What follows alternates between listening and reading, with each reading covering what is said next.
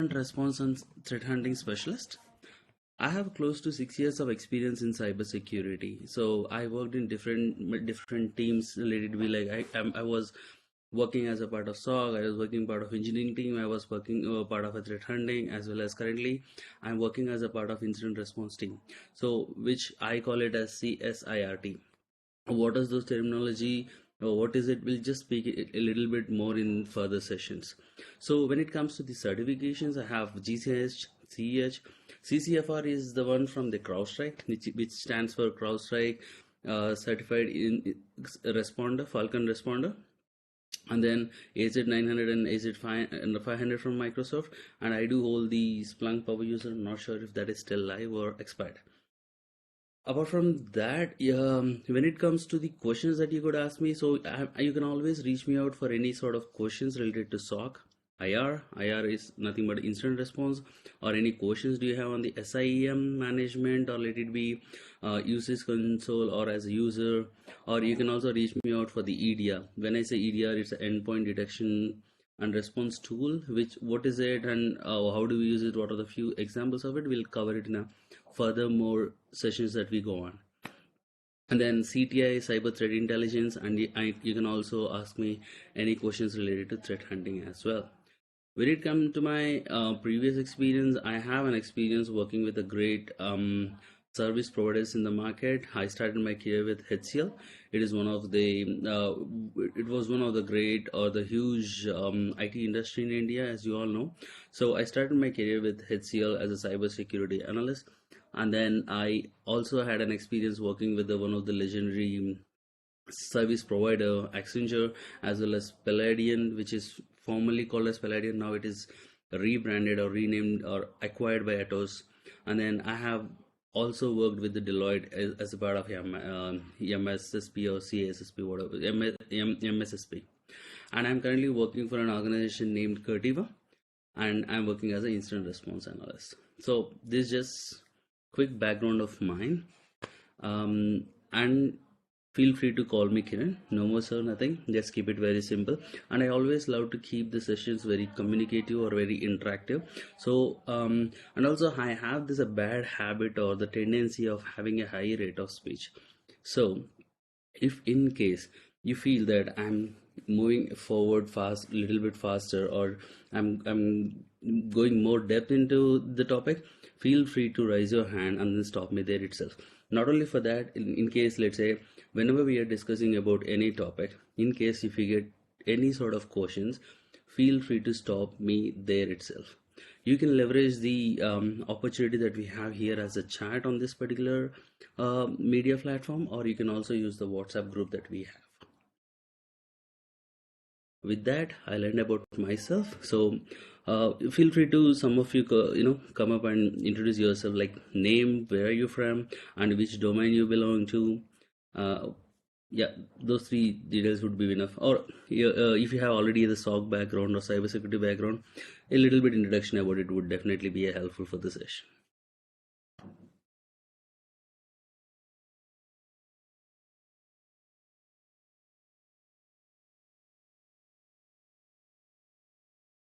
Who would like to go first?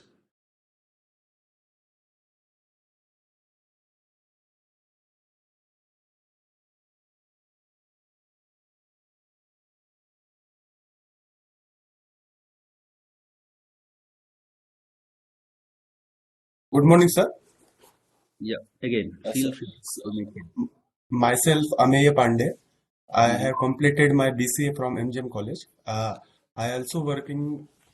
Actually, I had worked with pharma industry. Now I am switching career in SOC as a SOC analyst. Also, I'm preparing for CH exams. Fantastic. Yes, sir. Thank you very much for that, Amit. Mohit, right? Amit? Ameya, sir. Ameya. Ameya, yeah. Sir. Yes, Thank you so much for that. sir. Thank you, sir.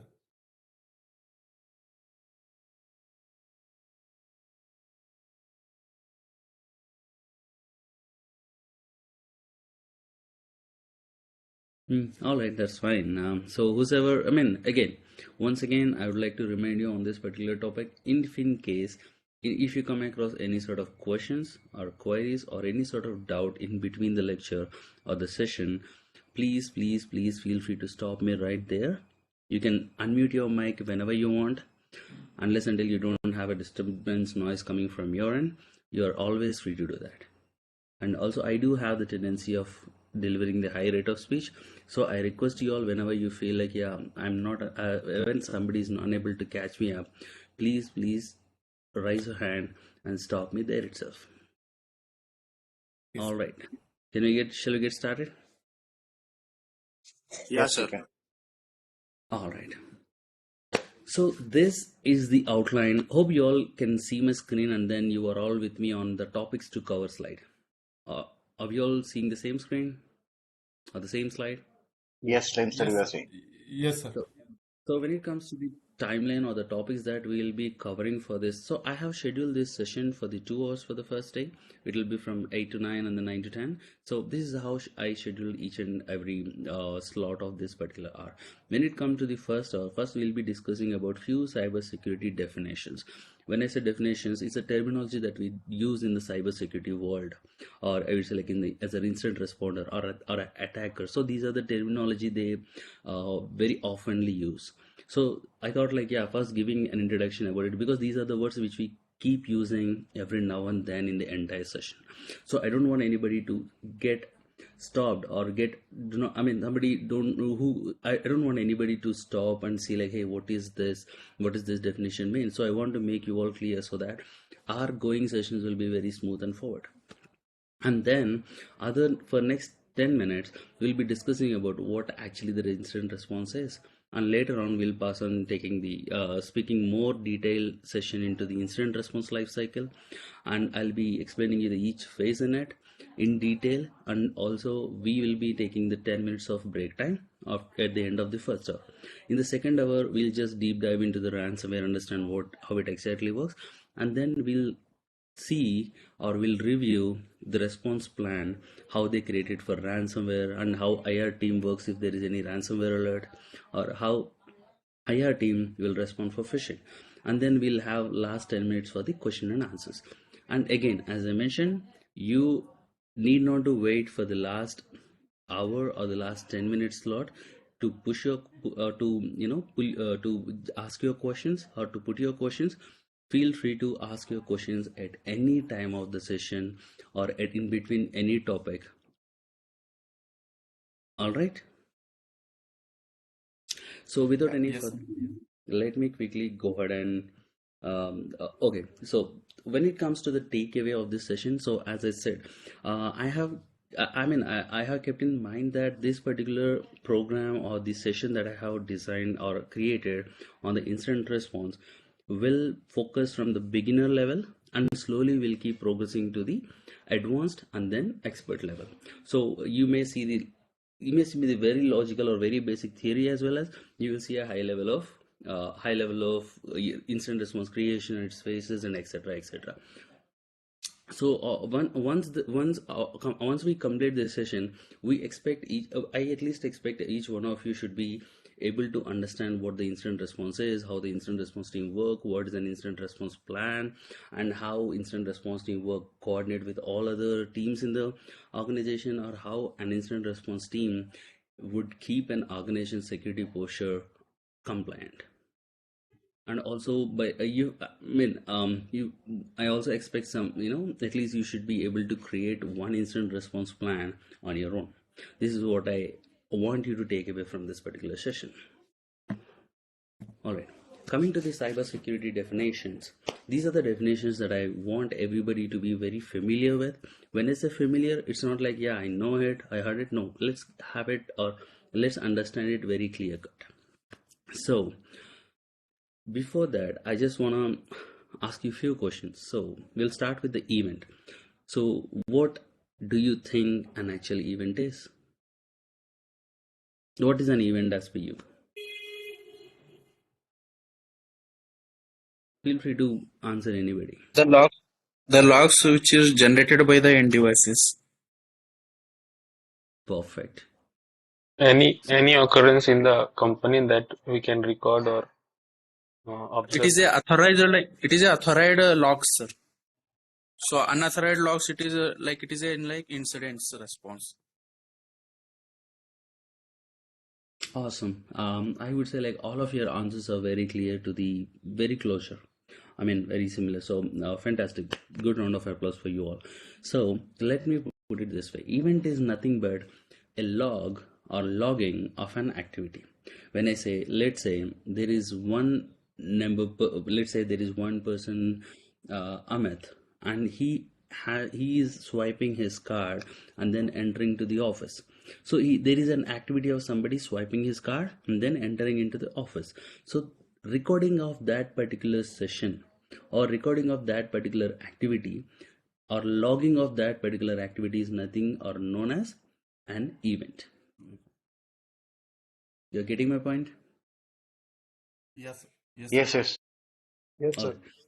So I'll move on to the next, which is incident.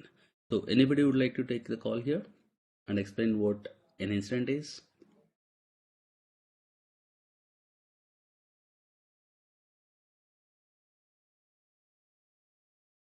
Event that negatively impact our network or company. Mm-hmm. Any other tries? Sir, unauthorized log means which is trying to enter into our network. The Exactly. incident is like we have to take it intentionally. Right. Almost correct. So let me answer that. As I said, I'll give you the same example that I have given previously. So let's say Amit is using his own badge and then entering into the office or swiping his door and then he tried to enter. And then now, example, let's say there is another person called Ram and then he took Amit's card or Amit's badge and then he is trying to log into the server room where he does not have the access to. Let's say Amit is our administrator, but let's say Ram is an IT technician, or let's say he's just a normal user, and then where Amit is an administrator where he has access for all the each and every area of the database. So now the activity which is happening is fine, but the thing is the swipe has been misused, which is nothing but an unauthorized access. You all getting me? Yeah, we're getting you. Yes, sir. Yeah. So here, let me keep it simple. Let's say I am speaking to you all in this particular session, and then we are recording it. It's nothing but an event. Now, let's say in the middle of the session, there is some unknown participant or unknown audience entering a session, and then they hijack the session and they keep posting unwanted noises, unwanted nuisance, unwanted music, or they wanted playing of any unwanted, like it's like misusing the platform. Then we call it as an incident. Anything that is notable event that could possibly be a security risk to the organization or the firm is called an security incident. Now, are we clear the differences between event and an incident? Yes. Yes. Yes, sir. Yes, sir. Perfect. Now I have a question for you. So now what do you think an alert could be? Is that interesting?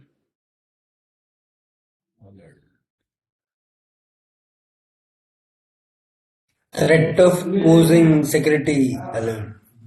Suspicious activity. Notification, I guess. Right, exactly. So now, as I said, there are two. Again, let's come back to the same scenario. Now, Amit is swiping his card for the room where he does not have access for it. Now, example, let's say he is not authorized to get into the corporate office or corporate room apart from the IT service center or the database. So he swiped his card and he's realized, oh, I don't have access, and then he moved on. Then we get an alert saying that in the system or the domain controller, hey, unauthorized access by Amit. Now again, let's say Amit is wantedly trying to breach the access or to get into the access where he doesn't have access for it.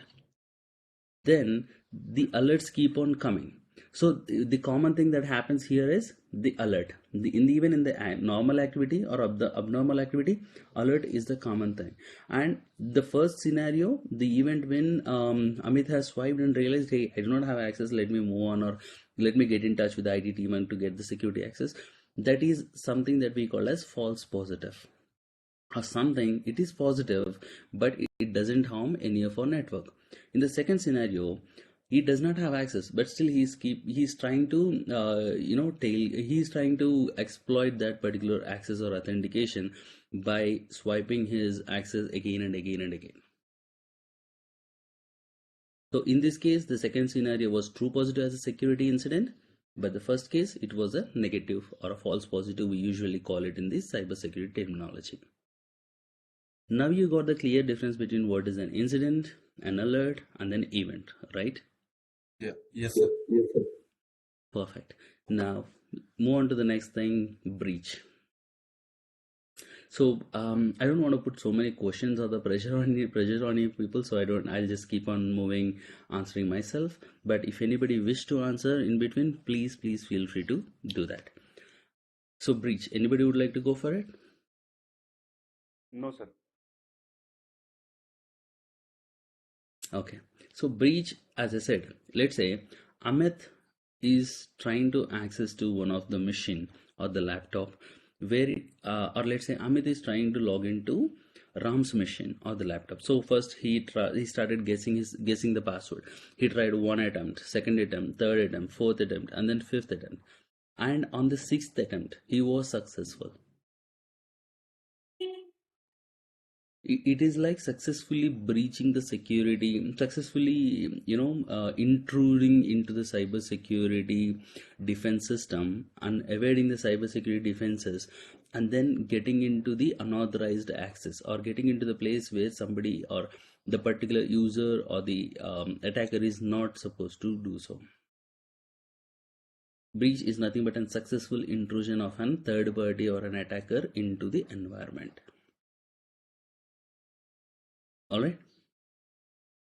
Yes, sir.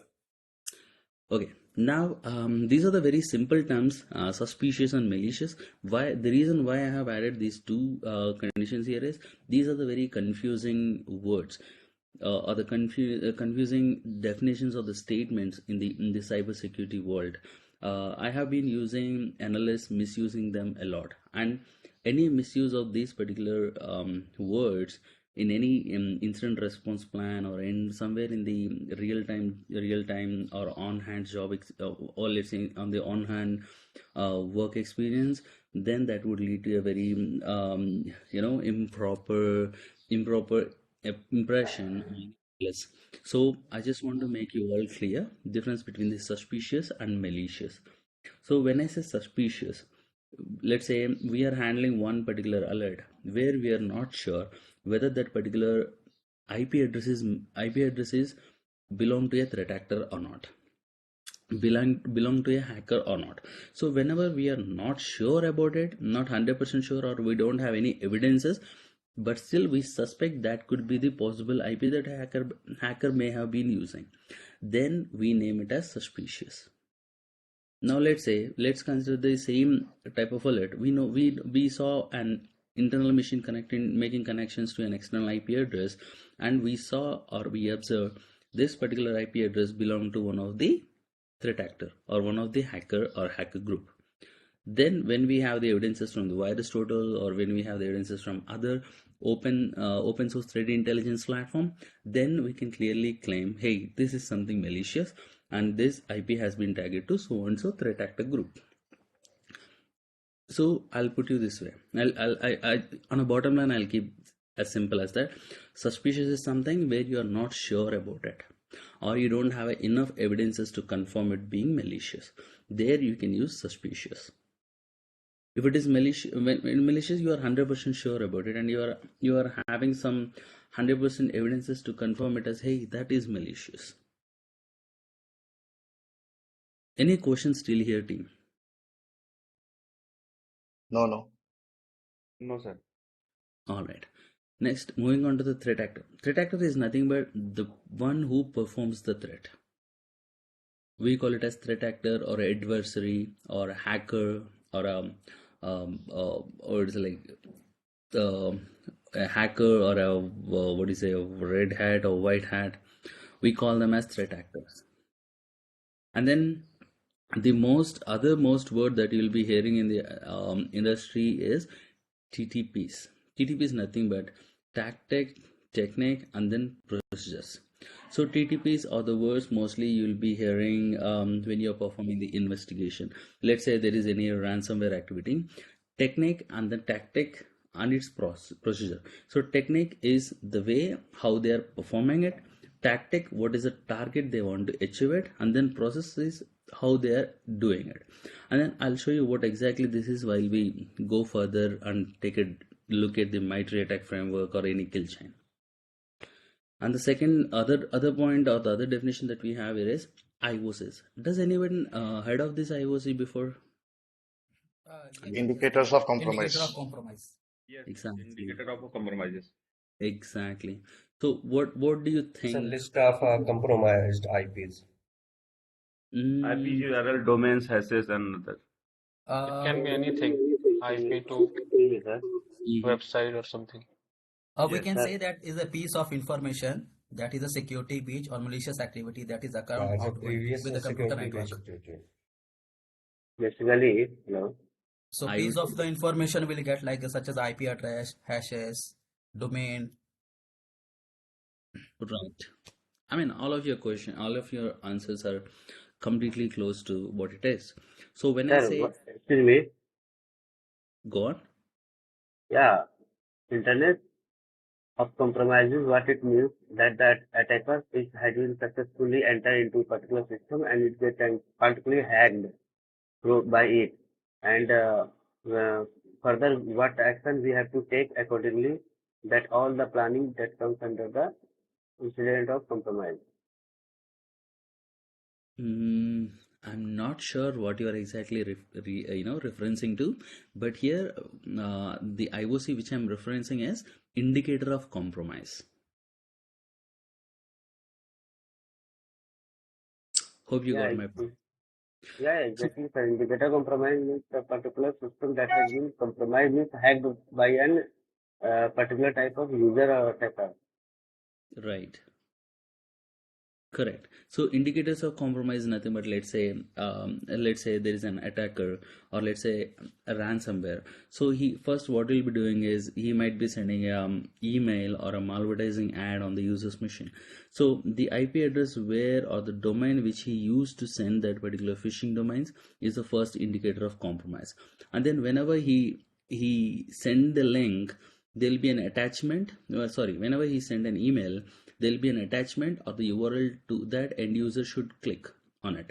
So the attachment hash value or the URL are the other indicators of the compromise. Once they click on it, there'll be a file that will be executed, or this particular URL will redirect the connections to the malicious stage, payload download stage, and then they'll start downloading that particular payload and then we'll start executing it. Here the execution of the file or the file that is downloaded, they both are the other indicators of the compromise. And then once it is done, then once the payload is executed, the second thing is they have to communicate with the C2C to get the private key, to get the public key for the encryption. So the IP which they communicate with or the attacker tried to communicate with, we'll call it as C2 communications, right? Even that particular IP is also considered as indicator of compromise. So as you rightly said, indicator of compromise is nothing but a piece of information. Either it could be a hash value, it could be a domain, or it could be an IP address. Anything that is related to an attacker, or that is something used by an attacker to compromise a machine or a system or an organization. Am I clear? Yes, yes. Please let me know if anybody has still any questions on the IOC here itself. No, sir. Perfect. So the next that we have is victim. I think this is well known. What is victim for you?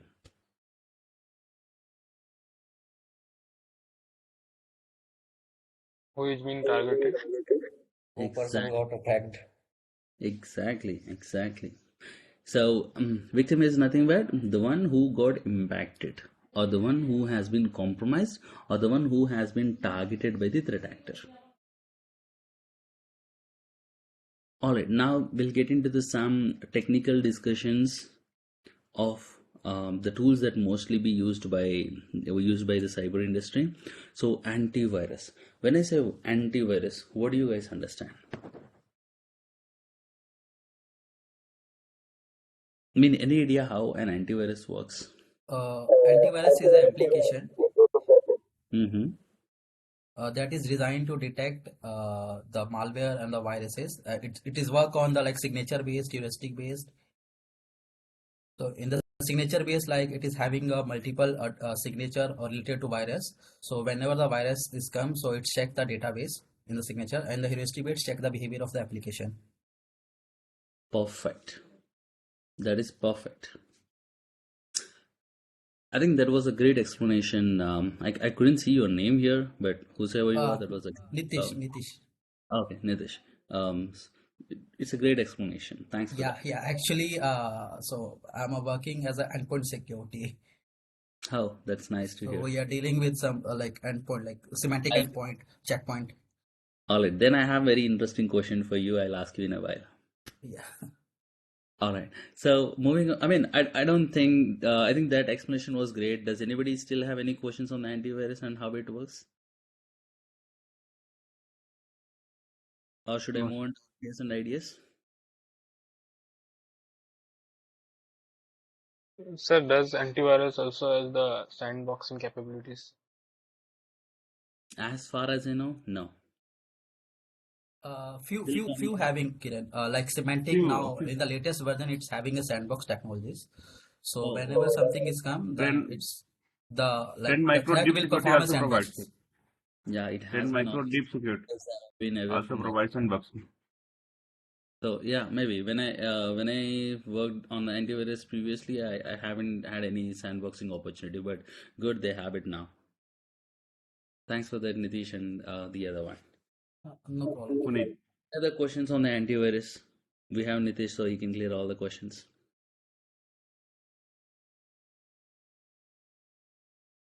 All right, I'll consider that as no. Once again, thanks Nitish for the help. Now moving on to the IDS and IPS. What do you think they are? IDS is intrusion prevention system and intrusion detection system. IPS detect and restrict the incident, and IDS only detect the any malicious and suspicious activity. Yeah, that was a nice answer. So now I have a question. Do we have anybody from the background or who is aware of like how a firewall works, how a router works? Yes, sir. Okay, now I have a question. So what is the difference between an IDS, IPS, or let's for the time being, let's consider it as an IPS and then a firewall?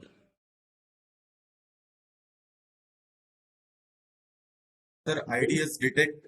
Does the activity, right? They detect or allow the traffic or block the traffic. Yes. So what is the major difference in between those two devices?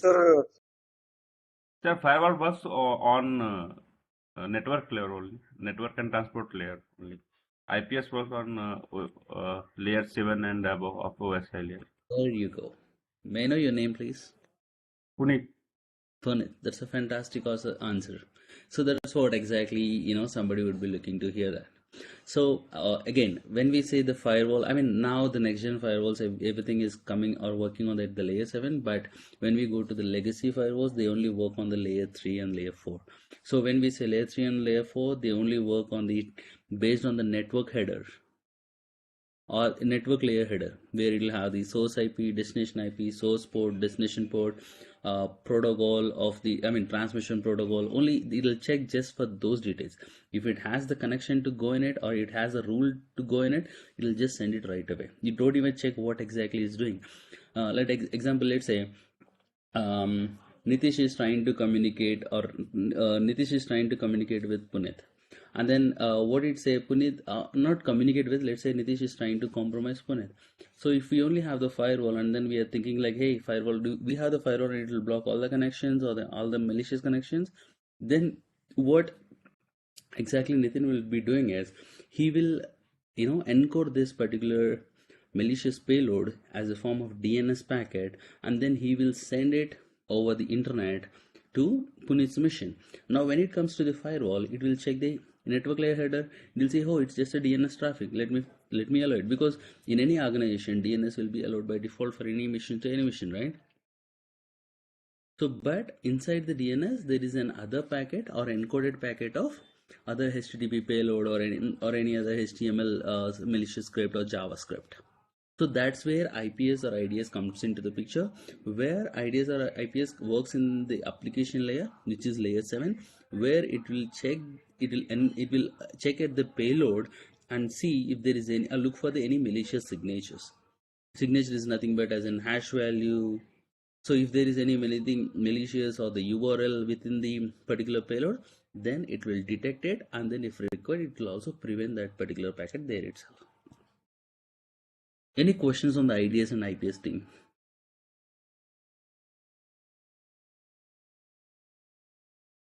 Am I moving little faster or very slow? No, sir. Are you Sir, fine, able sir. to catch me up? Kiran, I have a question here. So, companies' preference comes into IDS and IPS. Which one they will prefer? Whether they will go for IDS or whether they will prefer IPS? Okay. Firstly, we would like to thank the technology that has been increased a lot, because the firewall itself giving the feasibility of IDS and IPS blade. So earlier we used to go with a different box or the setup where we can say like, hey, here is the box for the separate firewall, here is the box for the separate IDS and IPS module. But currently everything is coming in a single box. Now, if you consider right, next gen firewalls, Checkpoint or the Palo Alto, they come with the default IPS as a module. You just have to subscribe for it. So most of the next gen firewalls, they are coming with the IPS, but they still have the ability to work as IDS. It's all like the configuration that we make the changes. Let's say there is I'm just configuring my IPS, or let's say I have configuring my IPS and I see there is one particular signature, but I don't want to block this particular traffic. I want to allow it. Then I'll mark that particular rule as detect only. Then it will not prevent, it will just detect it. Did that answer your question? Yes, you did. Yes, sir. Sir, I have a question. Mm-hmm. Is there any particular field in same tool for IDS IPS? Like how it generate logs? Oh yeah, well, obviously we have it.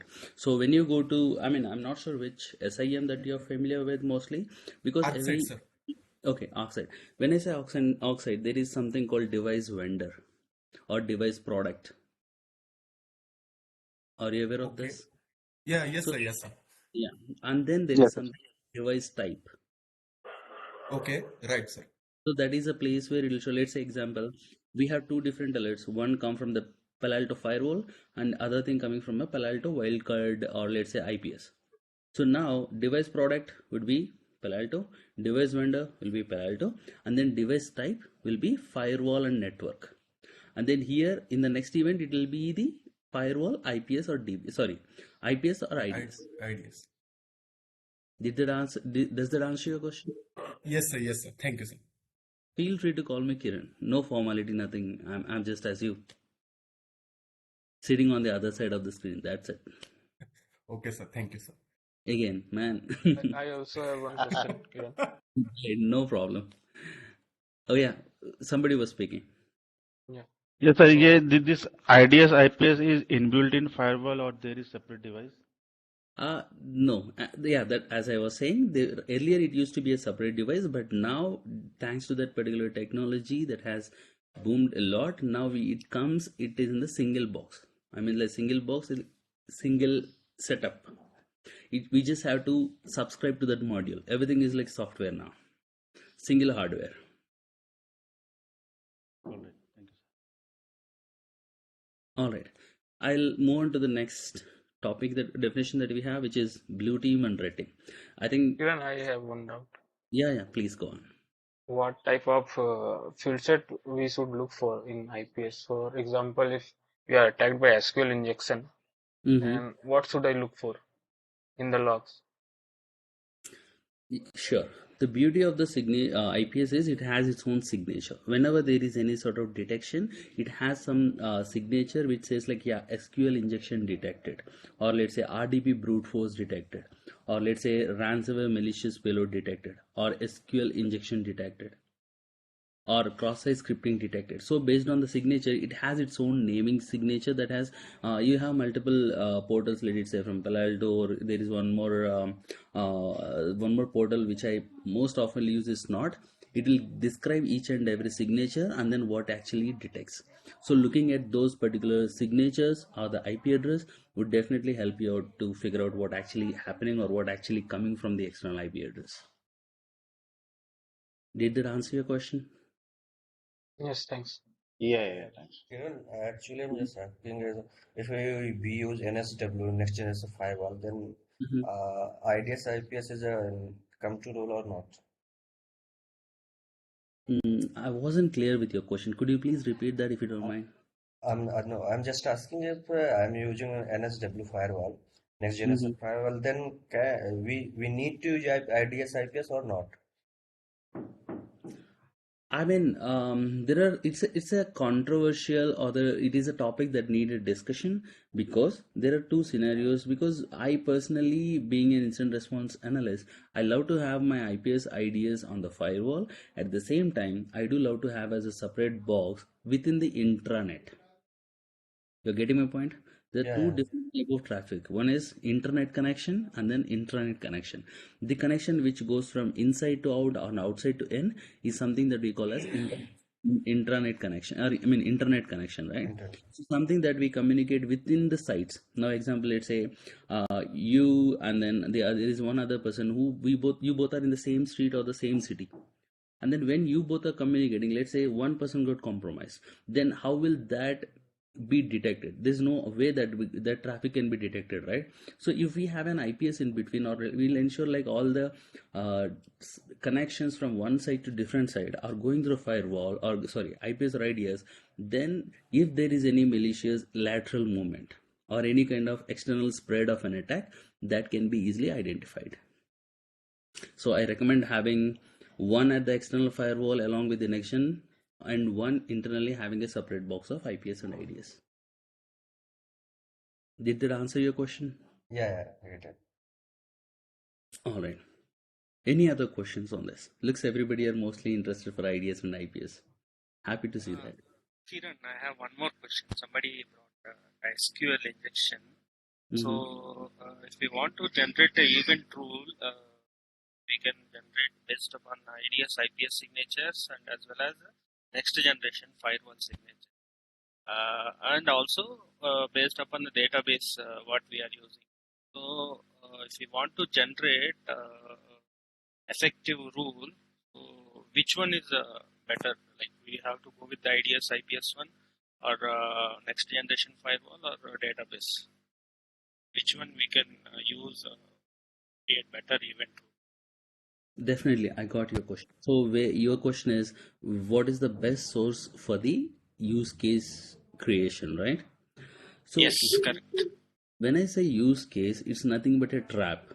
So where do we have to keep the trap to catch the attacker or the threat actor? So now keeping them at a different places will give you the exposure of attacker at the different levels. Now coming to your same scenario or the question, let's say you have an use case that works or the detects based on the events that come from an external firewall or internet facing IPS or IDS. Then whenever you are monitoring this particular activity, you will get to see when the attacker is actually entering into your network, which is nothing but an initial stage. You're getting my point? Now let's say now you are monitoring another IDS or IPS which is at the your intranet communication, or let's say within the inside of network. Then possibility is that attacker has already entered into the network. Now he is trying to move laterally, which is the second stage of the phase, or the attack. And then again at the database the one which alarms at the last stage when the SQL injection actually happens on the database or the server. So now I would say like it's always good to have use cases at the initial stages. as sooner or the quicker that we find the attacker, that far better we can respond on that particular activity and then throw that hacker out or the threat actor out of our network. Did that answer your question? Yeah, you're clear. Yes. All right. So yeah, let's move on to the next topic that we have: blue team and red team. So would somebody would like to answer this? What is this blue, red? I think by just looking at the color coding, you may have already understood, but just want to clear you all. So let me take this one and then answer myself. So blue team is nothing but defensive. Red team is offensive. When I say defensive, is the one who defends against the attacks, and then when I say offensive, the one who create the offensive activities. So red team can be the part of your own organization, or he could be hired from the external, or he could be the actual threat actor. So sometimes we do have a red team who is sitting in the network, and then they do the hacking, which we call they do the hacking, and they try to see if there is any machine or a server or any particular software that is vulnerable or exploitable by the threat actor. And the one who defend against them, we call it like blue team. Now incident response, whatever the topic that we are discussing, will be the responsibility of blue team. Any questions here? No. All right. Repeat again, sir. Rating. Repeat. Rating. Okay. Red team is called as offensive team, the one who creates the offensive activity or the one who initiates the hacking activity or who exploits it. And then blue team, let me put this way: red team is the one who attack, and then blue team is the one who defend against it. All the SOC professionals, incident response analysts, vulnerability team, threat hunters, or cyber threat intelligence team, all comes under the part of or the umbrella of blue team. Let's say the red team hackers, or we call it like the pen testers. There were few they conduct some cybersecurity drills, right, where we hire some other people, and they do you heard of these campaigns where a few companies, they offer that particular slot and say, hey, try to hack my machine and then show me there. Yes, sir. Bug bounty programs. Exactly, something like that. So those programs, something when we are trying to hack something, then when we try to do some offensive work on that, then we are already part of red team. Are we clear on this? Yes, sir. Yeah. Yes, sir. Hope nobody has any questions still here. Okay, now with let's move on to the EDR. I think we already spent so much of time here on this topics, but I think that was very effective. Very efficiently we have used it. So let me okay, again coming back to you, Nitin. EDR. Have anybody heard of this EDR? What is it, EDR? Or let me give the full form so that you can really understand it. Endpoint Endpoint device response. Endpoint security what do you all security response. so what do you all know about it? What do you think an EDR is? Sir, ADR is a security solution that continuously monitor the end device and to detect and respond the cyber attack like ransomware and malware. Well, that was Detect and respond to the threat. that is correct too. Now, my question is, you answer the same thing for the antivirus too. Then, what makes the difference between antivirus and the EDR? And again, let me put this as a note. If antivirus costs you 100 rupees, EDR will cost you 1000 rupees. You're getting my point? Yes, sir. It is 10 times costlier than antivirus. If they both are performing the similar activity, why do you think an organization would invest 10 times of its investment on one particular tool which is already being delivered by some other tool? You're getting my point? There must be a Yes, sir. difference. Yes, sir. What do you think that difference could be? So basically, Kiran, one point here, sorry to interrupt you. The one who is actively looking to get into the cyber security or who gonna appear for the interviews, or any endpoint related solutions or the team, this is the must have question in your interview preparation list. This is most frequently asked question for, let it be a SOC team or the EDR team or the engineering team. This is the most asked question in the interview. So if please be very clear on this topic. They only are going to ask you what is the difference between it. Yeah, go on. Yeah, Kiran. So, like as I told you, like AB, that is a work as a like signature based and heuristic based and the behavior based. That is only non kind of malware, non kind of pattern. But like this EDR, that is work on advanced level of like malware. Like even though that AB can't like detect. So in EDR, like it is having a like threat intelligence feature, threat hunting features, MITRE is a feature. So it will correlate each and every attack pattern. It will correlate and it will define you like a real-time monitoring. But as per AB, it will not show you as a real-time monitoring. Like you have to monitor each and every hour in the particular like dashboard. Absolutely. That Sir, is in simple perfect. term, IDS only detect and IPS only prevent, but EDR also detect it and also respond it for particular events. Yeah, but it is having a like advanced level of features, like better than AB because it is having a machine learning feature, AI feature. But in a like commercial antivirus, you will not able to see this kind of feature. It is having only like secure. Like if there is a non kind of virus come, then it will block only those kind of viruses. Like if suppose if like Like zero day attack. let's Exactly. example. Yeah. Oh, that's the point. Like zero day attack prevent. Yeah, Yes. you Yes. Antivirus Yes. yeah, only those protects are endpoint devices. yeah. Mm-hmm. Antivirus only protect endpoint devices, but EDR protects devices as well as network. I don't think so. Well, EDR, let me answer this. So when as Nitin rightly said, and there are other few folks who has been correctly answered it. So this is the same way I'm just gonna make the sentences here and there. So when I say antivirus, it is just a legacy antivirus where it works with the known signatures. When I say known signature, I have to know about that activity prior it is happening. Now, let's say if there is any zero day activity, what do you mean by zero day? Zero day is nothing but there is something new. Let's say there was something new vulnerability which was not known by the Microsoft itself. Let's say there was some vulnerability in the Windows and Microsoft itself doesn't know it, but still threat actor has been using it. So that is something zero day, because zero day is nothing but we have 0 days to rectify it, or 0 day to respond to it, or 0 days to defend against it. That is what we call 0 days. 0 day is. So that kind of activities cannot or can never ever be detected by antivirus, because antivirus will only look its own database for the signature. If it only have its known signature, then only it will say, I'm going to block you because I have your signature marked as malicious. Or unless until it doesn't have any signature in it, it's not going to detect it at all.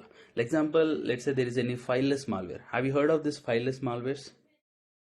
Yes, Yeah, yes. yes, sir. Yes, sir. If it is a yes. fileless malware, then it No, is, no, no, sir. Please. sorry, hello. Okay, Sir, what is Somebody fileless said, malware? fileless malware is a kind of attack or an activity where basically the attackers will not deliver the payload along with that particular thing. So basically, they'll deliver the PowerShell as a based of command line PowerShell script where it is encoded and then hidden in a different format. Have you heard of this PowerShell encoding and then PowerShell invoking? Yes, yes. Of activity, that kind of similar activity. Basically, they don't deliver the payload to you directly because they know there will be an antivirus and that will detect you, or there will be an ADA that will detect you and then block. So that's why they don't directly send you as a payload. What they'll be doing is they'll be sending it as an encoded script or encoded command line where from the base 64, and then they compress it and then they encrypt it, decrypt it. They kind of manipulate with it and then they send it in the kind of a script or a kind of command line. Was that clear? Yes, yes. So when it comes to such kind of activities, antivirus will never ever be able to detect it, because antivirus is something like, hey, Here are the new signatures. Here are the new hashes. If something comes and matches this, just go ahead and block it. That's what antivirus does. And then again, antivirus does not have a retention policy. Or example, let's say I want to check what all activities happened on a machine in last 30 days. I can't do that. Nitin, correct me if that features has come now. But I think none of the AVs have that feature, right? Unless until they're forwarding the logs to SIEM.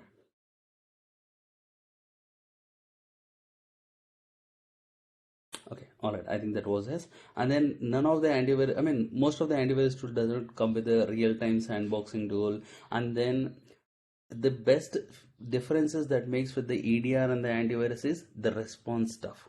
So you may heard of detection and prevention, but what is this response? Now let's say if antivirus detects something, then you have to manually go ahead into the machine and then identify the file, and then you have to delete it, which is definitely a time-taking process. In between this particular period, anything could happen bad anything worse could happen on this particular machine. So when it comes to EDR, it's a centralized solution. With a single click, you can get to that particular file, and then you can do everything from from that EDR console itself. Now let's say now Nitin machine has been compromised. Now I started investigating on it. I see there was a bunch of multiple unwanted processes that are running. From using the EDR tool, I can check what all processes that are running, and then I can see what are the scheduled tasks that has been created, what are the commands that are command lines that are being executed, and I can stop them, or I can kill them, or I can delete them from the EDR console where antivirus can't do it. Now you feel the power of EDR? Yes, sir. Yeah. Yes, Kiran. So Yes, that's yes. the difference between EDR. So I'll put it shortly. So keep it like antivirus will work on the known signatures, but EDR will work on the behavior analysis of a machine or a file. Now example, let's say suddenly you started seeing Teams is opening command.exe or Teams is opening PowerShell, but Teams does never have to open a PowerShell, right? Team doesn't need to open a command prompt. Yes, sir. Unauthorized access. Not unauthorized activity, it was like unwanted, unexpected activity. Yeah, because abnormal activity I can call it as, because we can't confirm whether it is malicious or not, but actually team we don't expect it to run PowerShell, team we don't expect to open command prompt.exe.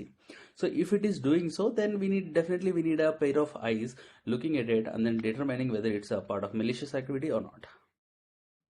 That is where EDR will detect those, hey, inside I see abnormal process spawning, or I see like team called command.exe, or team executed command.exe and then running a command like netsh.exe and then looking for all the account enumerations, all the admin enumerations.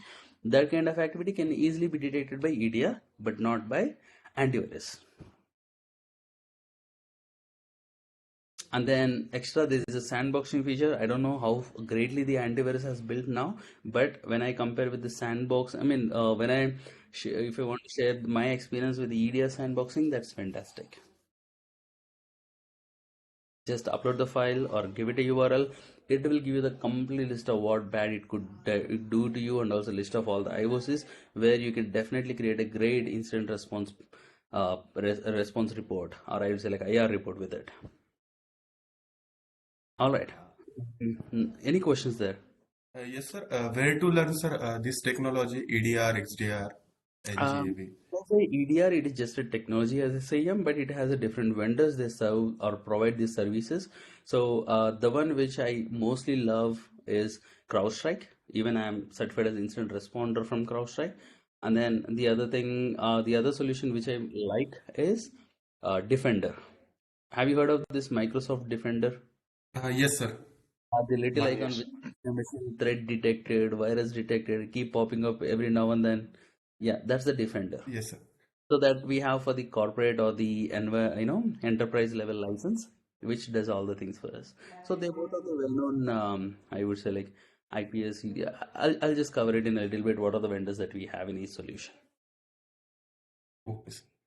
And if you're interested more into the EDR and stuff, I'll try to come up with a dedicated session how we use EDR, and then what kind of features, how we to navigate. I'll try to create a separate session on it. Yes, sir. If you people are interested.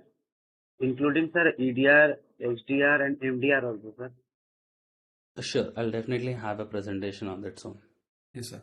Sir, this EDR is a part of SOAR technology, sir, or No, not, sir? SOAR is a No, sir. different. No, SOAR, okay. SOAR is a different altogether. Sir, also explain, sir, SOAR technology, sir. Actually, I didn't get it what it is. After session, okay. Definitely. I'll include this along with the session which I'm gonna plan for EDR, XDR, MDR. I'll just add another concept of SOAR as well, and we'll clear all the questions there. Okay, sir. Last question, sir. Is this technology is mandatory for our future progression? I would say like this is the current booming market. EDR is now going crazy. Now you can see the business how CrowdStrike has been improved or the Defender has been improved. Now if you see earlier antivirus was a must-have thing for each and every organization 4 or 5 years back. But now nobody, I mean everybody are least bothered about antivirus. Everybody like, hey, I need an EDR in place. I need. So, sir, Sorry. there is a special field for, sir, like job description for this technology. Yeah, there Like, are. So even every team in the cyber stream or the branch has to use the EDR. Example, let's say as an incident responder, we use this particular tool for the investigation. Like say, example, I'm a threat hunter. For the threat hunting, this is the only tool that we can use. And then example, let's say cyber threat intelligence. So these EDR tools also have the module called intelligence, threat intelligence, where they feed all the threat intelligence, IOCs about the threat actors, all the groups. I'll show it when I create the session on it in details, but I'm just giving you as an overview on that. And then it has everything. So I would say like even there is one team where is they don't work on the cybersecurity incident directly, but they manage the EDR consoles. Like example, creating the dashboards, installing the agents on the servers or the machines, and then ensuring them they operate in a without any with a very business continuity. okay, sir. They're Got like it, sir. teams who are currently depending on EDR, just like SIEM.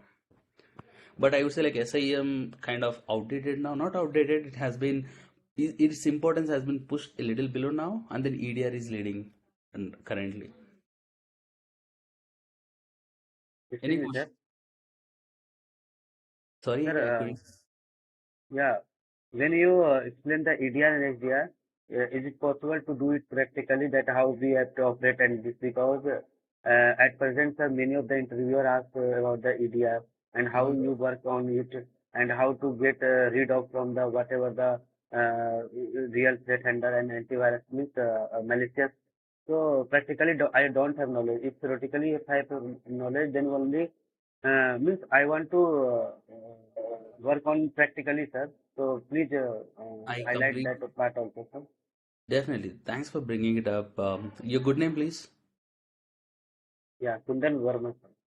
Okay, thank you very much bringing it up, Kundan Verma. So actually, before starting off this particular session, we had that in our mind, and then me and Shulab has tremendously tried contacting CrowdStrike to get the license, and then to to show you on the real time and see. And also we have a plan to run the malware and show you how I actually do the threat hunting, how to do the incident response. So we had a plan for it, but we don't have a proper contact from the CrowdStrike who is coming back to us and then providing the license.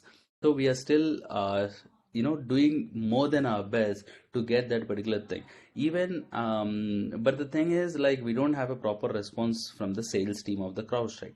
So what we have planned to do is we'll create such a presentation or the overview of the documents where I'll show you each and everything, how to navigate it, how to use the console, and then how to exclude it. So I'll further discuss with Shulab, and we'll definitely see how greatly we can bring up that particular session for you.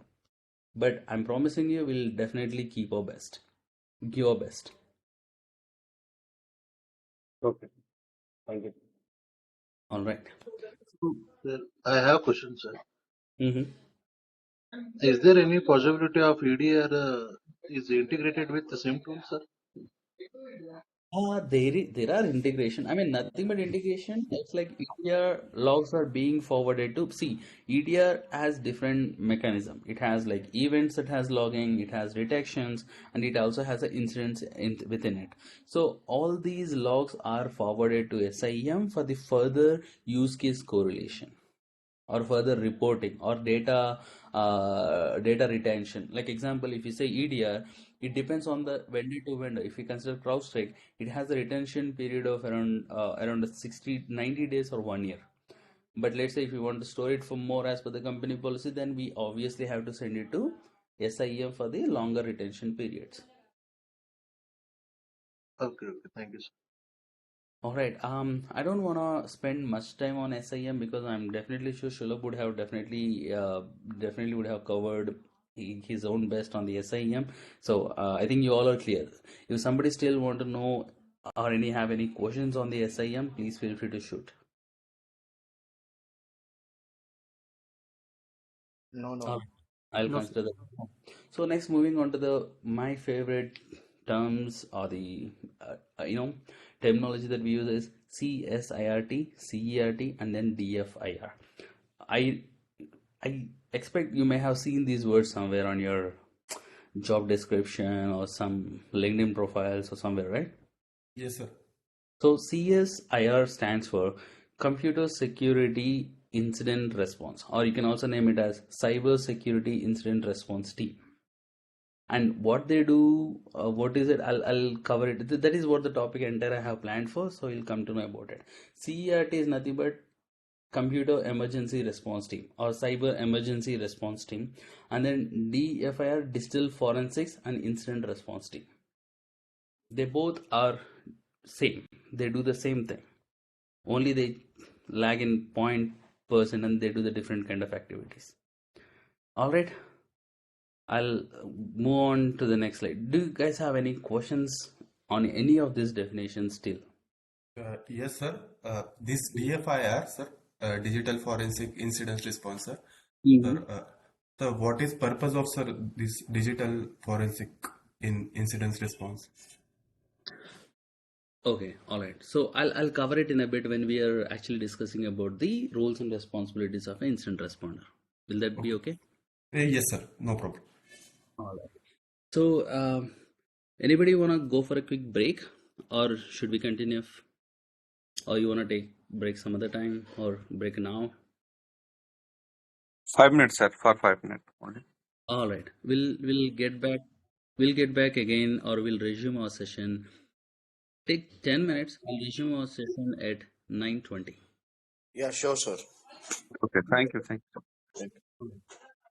Meanwhile, if anybody has any feedback, or let me know if somebody has any questions to me, you're always. I mean, I'll be right here. Feel free to ask me here. And rest can take the break. We'll see you back after 19 minutes. Are you there, sir? Yes, I am. Sir, so why is this Science Institute certification is so expensive, sir? As Okay, all even I felt the same before doing even not only the certification, the training itself would cost you like around $8,000, huh? $8,000, which is close to 9 lakh of Indian rupees, right? Yes, sir. It is too costly because I know why they're overrated, but still, I have attended one of the sessions for the DCH in the month of November. I felt completely worth of it. The way they present, the kind of content they give, I think, and kind of material they provide, and the I mean, the kind of experience that you get from that session, I feel it worth. But yeah, again, for the Indians, I mean, from the one who pays from the in the amount from the Indian rupees, right? I feel it will be a bit costlier or expensive. I'm on your. I mean, I'm with you, man. Yes, sir. Sir, so what is alternative for Science Institute, sir? Like their certification. Here are, sir, like CYSA plus is for only in theoretical Mm-hmm. So or when you say alternative, there is nothing I can say it as alternative, but there is one online course they provide, right? There are two sessions. One is like online training, the other one is on-demand training. So on-demand is something they will give you recorded videos and all this, and with a lesser amount of price than what they offer with the live or online live classes, right?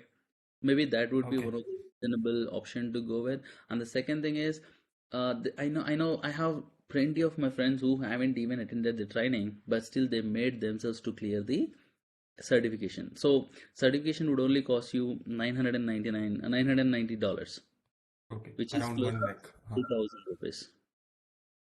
Yes, sir. Okay.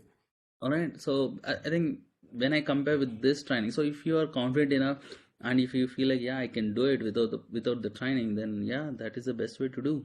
And Right. trust me, it's not that difficult. I do have many of my friends or colleagues or the network who has did it on their own, and you can find the material everywhere on the internet, right? You can see, you can find the recorded videos and everything, so it's not that tough. But many people, but the kind of experience that you're gonna get from the training and that professionalism, I definitely recommend you to go for the training if you have that particular budget. Okay, sir. Another question is, sir, is this certification is important for blue team, like incident responder, I don't especially? I don't say it as a mandatory certification, but if you have it, that's gonna add an extra value on your resume, and then that may also have some impact on your pay scale as well. Like, But sir, EC Council provides, sir, ECIH, right, but it's only theoretical, sir. right. So what I'm saying is, it's not that mandatory, but it is a kind of well recognized certification in the worldwide, right? So Yes, sir. there is a huge chances that that word mentioning that, yeah, GCS certified or GS certification has been you have been Yes, sir. certified, Yes, sir. that would attract plenty of eyes on your profile. You're Okay, sir. getting my Yes. point? Yes, sir. Yes, I get it. Chances for the more opportunities. Not only for the GCH, it matters to each and every certification, right? So if somebody is having some more certifications, that way they get curious and say like, hey, let me get in touch with this particular person. Actually, I have seen lot of certification, but Science Institute certification is one of the top of the most, sir. Um, Other are like Again, outdated certificate or exactly. not. Yes, They sir. are a step ahead of what we currently deal with. Yes, sir. Because we are something who was studying the material that is prepared in 2019. They are the one who teach the material that is prepared in 2022. So Yes, sir. that they are expensive, but again, they are completely worth. Yes, sir.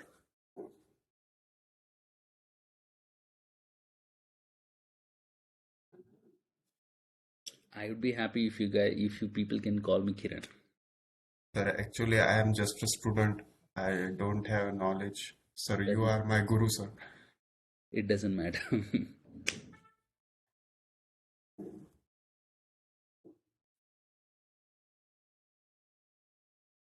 Sir, actually, I don't want to be advanced career in SOC analyst as a SOC analyst. So I want to be in uh, threat hunting, incident responder, digital forensic, Hmm? and then as a purple team, work as in purple team. Oh, purple team, you mean red team? Yes, red team plus blue team combo रहता है sir उसका. So ठीक, I got your point. So, this is my advice. I mean, I have been in the same plate that you. I mean, I have been in your same shoes when I started my career. So when I firstly got into the HCL company as a cybersecurity incident, I started as a SOC analyst. So I thought like, yeah, this is not something that I'm looking for. I want to be in threat hunting. I want to be in incident response. I want to be in cyber threat intelligence, because they are very fancy words, right?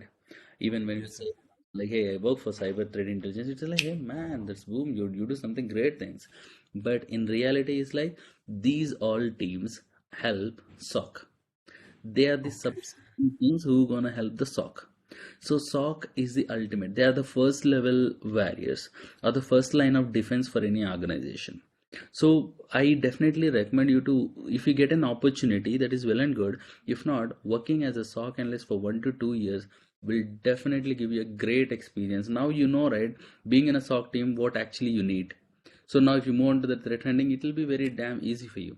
If you go to threat intelligence, you feel like, hey, this is what SOC needs. Let me give this data. Okay.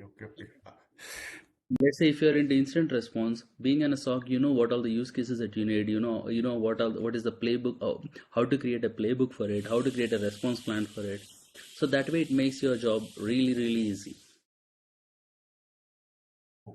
Okay, sir. This is my personal advice. Thank you, sir. No worries.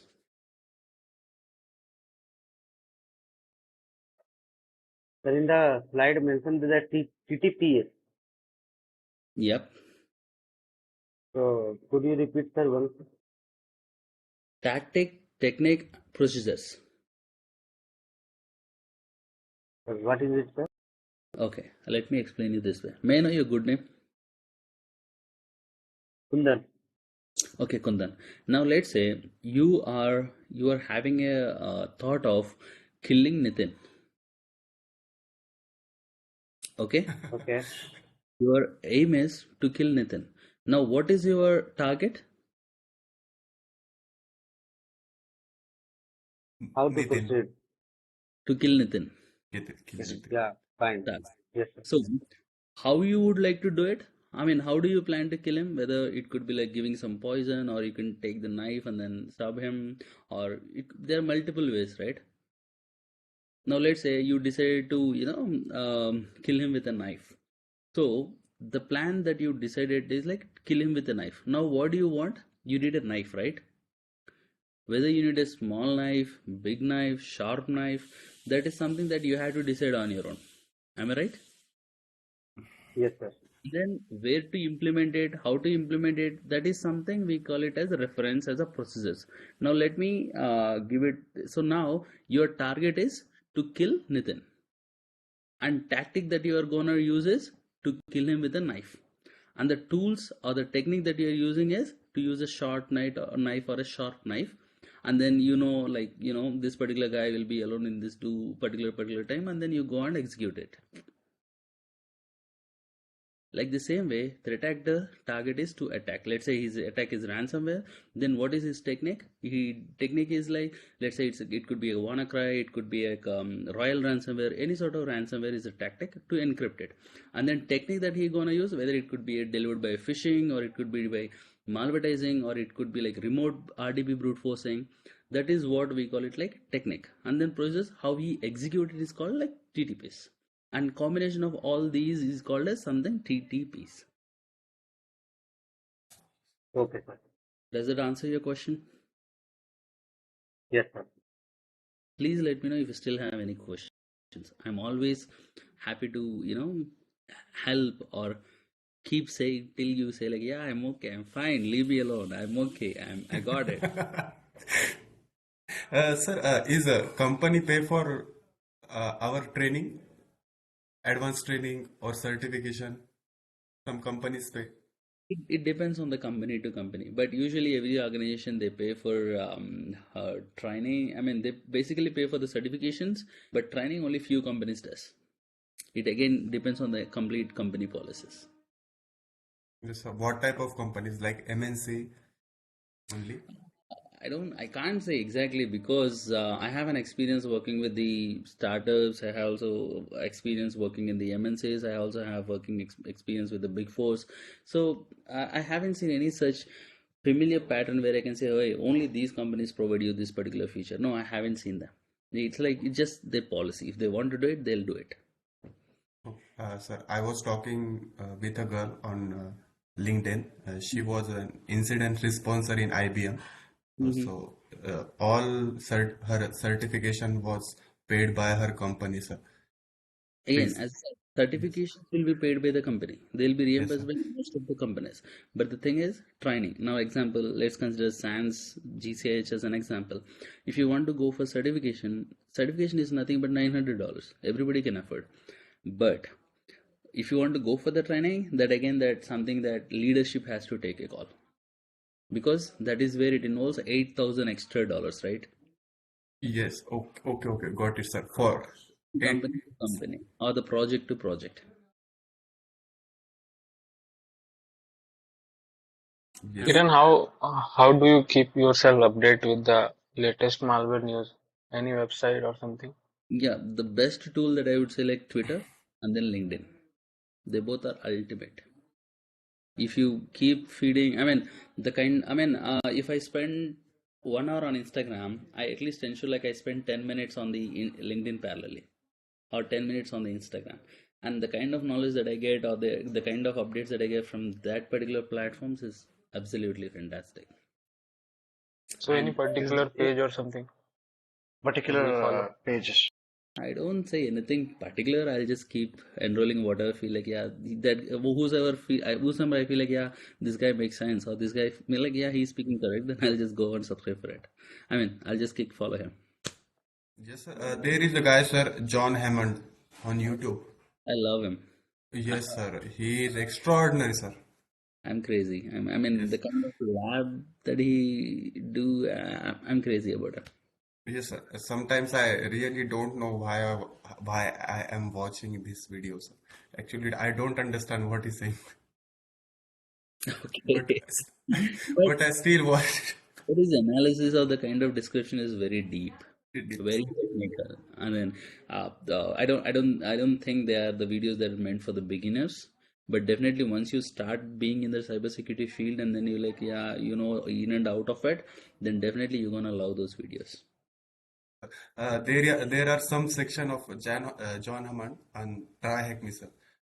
Mm-hmm. So Yeah. I attended. Oh, awesome. Good. That's Even it, sir. seen there was one particular investigation when I was doing for the Cobalt strike. I had to use his video for analyzing the malware, for the malware Acha. analysis. Okay. That helped me a lot there, because that was a kind of 0 day. That was almost 2 years back, I guess.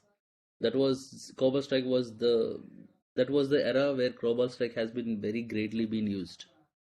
So that was like 0 day for me. That was the first time I was handling Cobalt strike incidents. So that video helped me a lot.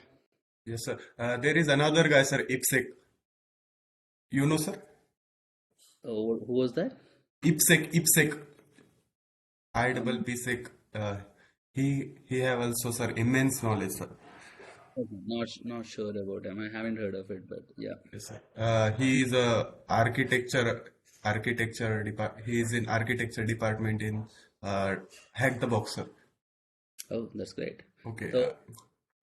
So we have a great number of people here. So what I say is, whenever you have that particular references, use your WhatsApp chat to share that particular channel there, so that who's ever interested, they go on and subscribe for it. And that's where we all communicate, right? See, in this cyber security, communication is the best tool. That is, we have to communicate each other. We have to communicate between the teams. We have to communicate between the analysts. We have to communicate along the peer teams. That's how we keep. That's another best tool to keep ourselves updated. Now, example, let's say Puneet has a very interesting article, and he read about the ransomware, and he was very new. Like, yeah, he felt like, yeah, this is a single document for everything. Then keeping it himself will be helpful for him. Now, let's say Yes, if sir. we that link in that particular group, it will reach out to 100 plus people, or 1,000 plus people, based on the group strength. And that's the power of spreading the information. Okay. All right, that's the other tools. Somebody asked me, how do you keep yourself updated? I do have multiple WhatsApp groups. Yes, sir. All Yes, right, sir. I think you all, everyone are back from the break. We are. Please join us, sir, we for very, in that Yes, sir. WhatsApp Yes, group sir. Yes. also. Okay, we are going very slow than the schedule that we had. We had only completed one single session till now. So I'll try to speed it up a little bit, but once again, if you feel somewhere like, yeah, I'm moving very fast, or if you're unable to catch it up, feel free to stop me anywhere in between. All right. Without any further delays, welcome back you all from the break, and then let's get further into our discussion. So now, before I get or deep dive into the incident response, I just want to give you a quick overview on the type of security incidents. So we discussed about the incidents, right? What is an incident? Now, what could be a different type of incidents? So as you could see on the screen, we can have multiple. I'll start with the starting. It could be a where. When they say where, it could be a malware, it could be an adware, it could be an spyware, anything that could make harm to your computer. And then botnet is one of the other malicious software. I would say like it's a kind of spyware or adware which sit on your machine and then pass on all the information to the threat actor. And then virus and Trojan, I think you all may be aware of, you all would definitely been aware of it. And then spam, you all know there are unwanted emails that come to us. Hey, here is the 10 lakh of personal loan, here is the gift voucher, here is blah blah blah, everything. And then you get to see those phishing emails. I think you all are aware about phishing emails, right? And the malicious code that execute and then web-based attacks. So these are the type of incidents are mostly seen in a day-to-day life of an incident responder. Any questions on this particular slide, team or guys? No. All right, I'm moving for the next. So now here is the interesting stuff. What is an incident response? Incident response is nothing but it is a particular team which respond to an incident. Now, example, let's say I have in the previous slide we have seen multiple type of incidents. Now let's say there is suddenly a virus or a Trojan or there is a phishing. Incident response is a team who actually work on that particular incident and then resolve it. You're getting my point? Yes. Okay. Yes. So they are the whole and soul owners of working on that particular incident. Instead of saying working, I better use this word, handling. They handle that particular incident and then they resolve it. That is the major responsibility of I would say like one of the major responsibility of a security incident responder. Now, as you could see, I just named a few. Now, incident response can be the team which they own. They'll have their own in-house. When I say in-house, let's say Nitin has a company and he has his own team where he's having his own team to work on incident response. That is what something we call as in-house. Now let's say Nitin doesn't have that particular expertise in his team. Now he want to outsource it. Now let's say he went to Accenture, he went to Deloitte and say, hey, I need this particular services to be provided from you. Now they may ask you whether you need a dedicated service or a shared service. Now dedicated service is something that costs you very higher, and shared service is something they will share the resources between 2 to 3 companies or the 2 vendors or the clients, and then they provide the services, which is kind of cheaper than the one which is dedicated. But again, it has a risk of that confidentiality or the information, right? Because one analyst is working for 2 to 3 clients, so there is a huge chances that somebody would leak or accidentally may paste some client A information to the client B. All right, again, what kind of services that I have to take? It's completely the call of leadership of an organization. When I say leadership, they are above the managing director level. They say like directors, vice presidents, presidents, CISOs, CEO, etc., etc. Any questions on incident response? Okay, I'll consider that as no. No, sir. Okay, so now here comes the most interesting stuff: incident response lifecycle. So now, before this, I just want to give a quick, introduction on this particular thing. We call it like kill chain. How many of you are aware of the kill chain? Have you heard of this cyber kill chain process? Yes, we are aware of it. Yes, sir. Can anybody give me a quick brief about it? I mean, what is it? Why somebody uses it? Sir, it gives a behavioral analysis. It gives us to help to analyze behavior of the attacker. Exactly. So that will help either teams. Now let's say if I'm an attacker, I know what is the next step. So let's say I have done with the reconnaissance. What is my next thing? Weaponization. Once I'm done with the exploration, next thing is exploit. So it is a clear-cut checkpoint list of an attacker what to do next. At the same time, it is also a checklist or it's a kind of a navigator for the incident handler or a blue team guy. Okay, now an attacker is performing the reconnaissance. What could be his next step? His next step is nothing but exploitation, sending the weaponization or by spending that particular payload using phishing or multiple sources that he has. So it's a kind of thing that helps the attacker as well as the defender. Now, incident response lifecycle is a step-by-step process of handling an threat, handling an incident. So first you see like preparation, and then detection and analysis, containment, eradication, recovery, and then post-incident activity. Don't worry, I'll cover you each and every step in very detail. So before that, I'd like to give you a quick brief about it before I deeply speak about that individual phase. First, about preparation. Preparation is nothing but it is something that is done or carried away before the activity happens. Detection and analysis while happening the threat, while happening the attack. You're getting my point? Yes, we are Yes, getting sir. you. Okay, now containment and eradication is also something that we do while happening the attack or during an attack. And then post-incident activity is something that we do after an attack or after mitigating an attack. Now you're getting point. Preparation is something that we do prior to an incident or prior to an cyber cyber attack.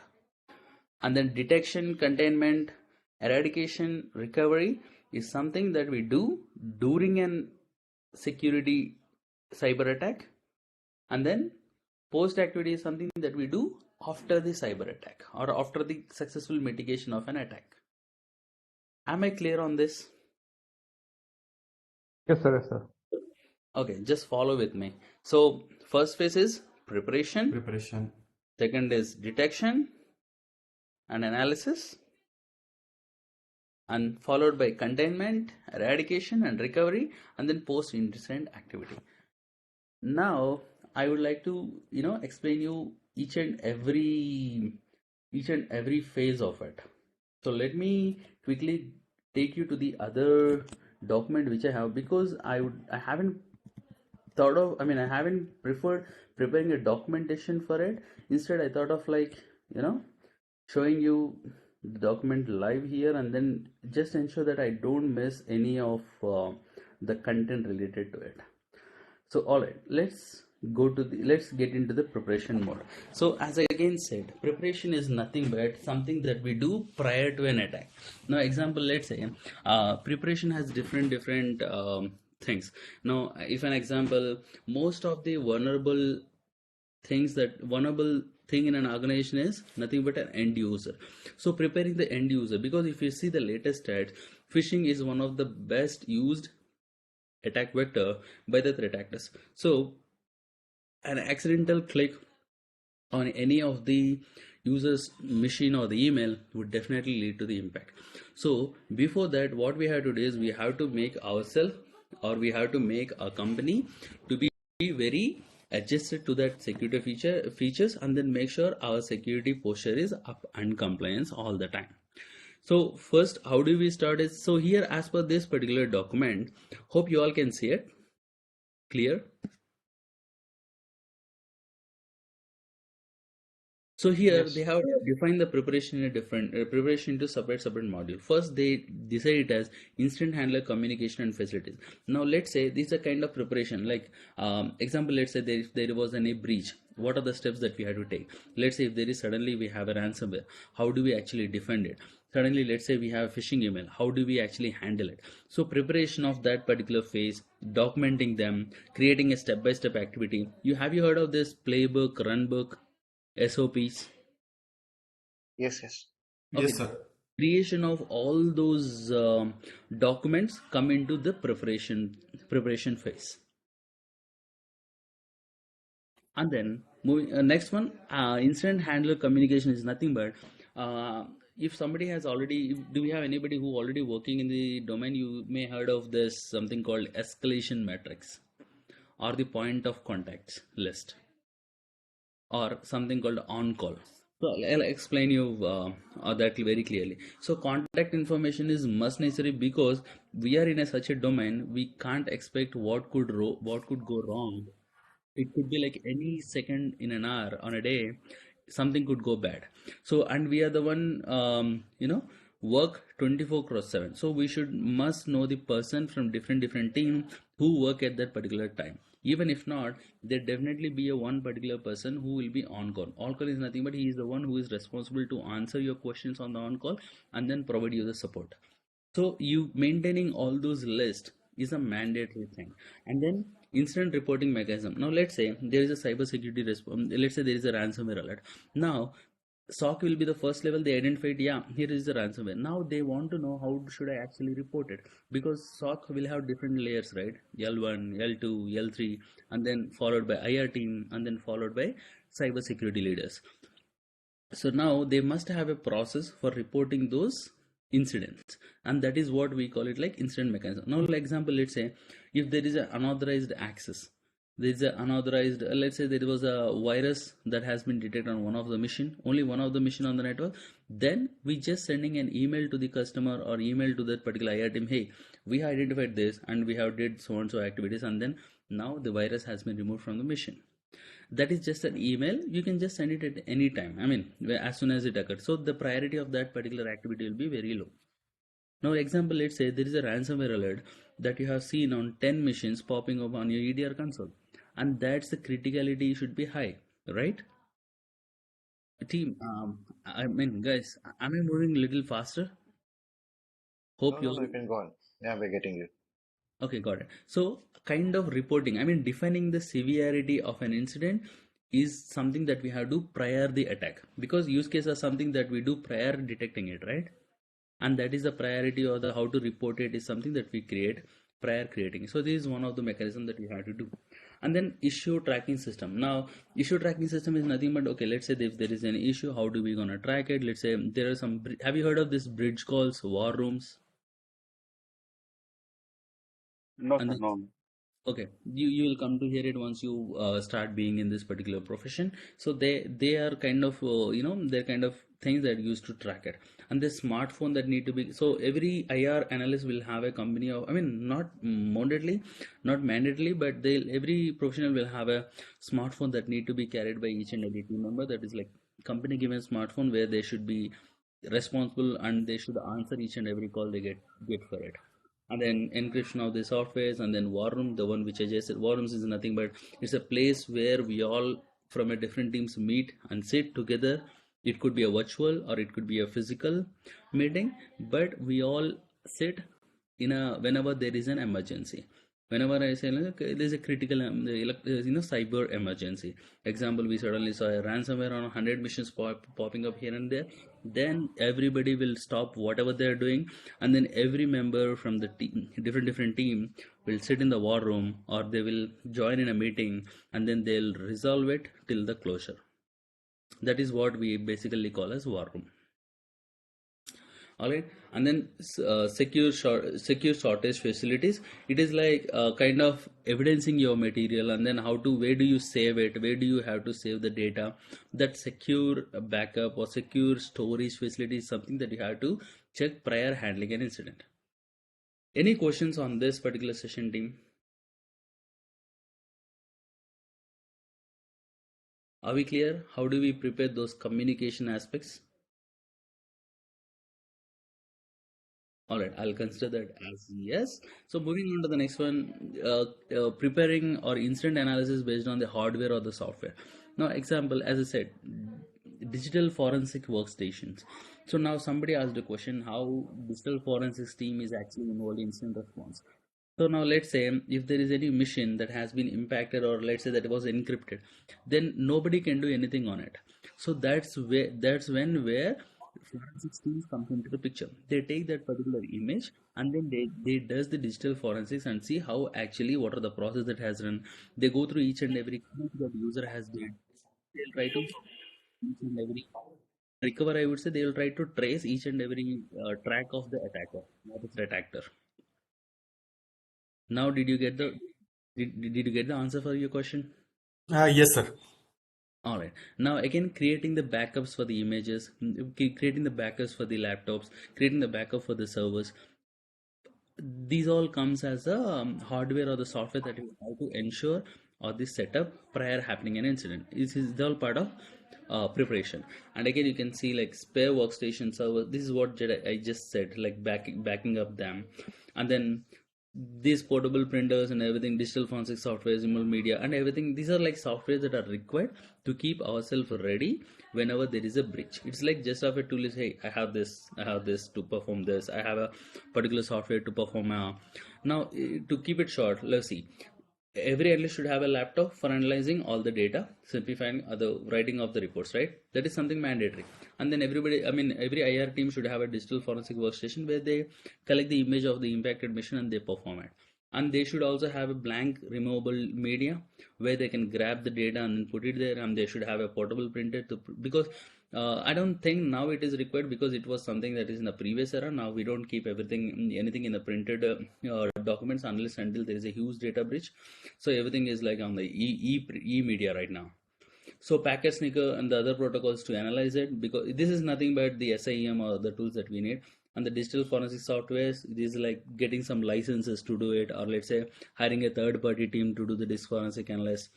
And then evidence gathering access rays, like example, let's say the EDR solution where we can gather all the evidences, or example, let's say CrowdStrike or Defender, where I can see like, yeah, this is the file that has been executed, and that's where I collect this as evidence and then store it.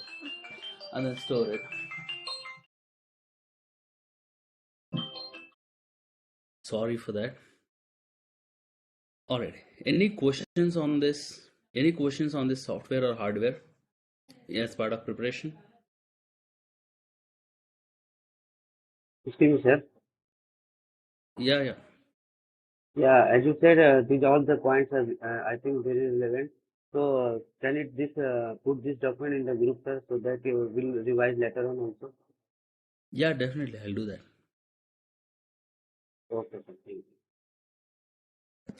All right. So next one, incident analysis resources. Now, when I say resources, everybody, being an IR team, it's not something like, hey, attack comes and we are not that great superheroes, right? We do everything on our own. We must need some documentation.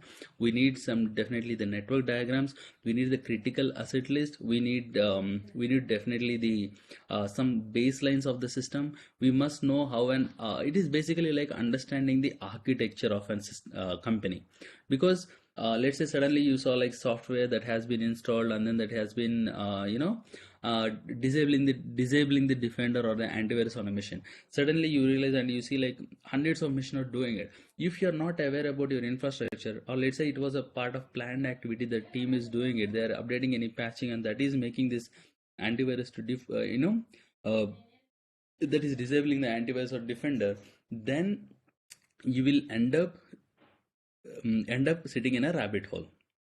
So that's why one who is in the response team should always be prepared, and they should be very updated to know what's actually happening, and you should be very thorough with the documentation. You should be very clear about the network diagrams. Then you should have a list of critical assets. Now let's say there is one ransomware alert on the critical asset, then the priority would go higher, or the impact would be higher. So that's where we have to prioritize it. That will help you to prioritizing it. All right. And then incident mitigation softwares, it could be of incident mitigation software, it could be like accessing image or anything. This is not that critical right now, because we have EDR tool for everything. So it does automatically take that particular responsibility. Now the other activity which is actually required, or which is must needed for any incident response analyst to look prior performing the incident response plan, is looking for the preventive measures of an incident, which is like risk assessment. Risk assessment is one of the basic. Now let's say you have joined as one of our analysts for IR response team for X company, and then you suddenly started seeing that using of USBs or external connecting drives is allowed. Then definitely that's a huge risk, right? Yes, sir.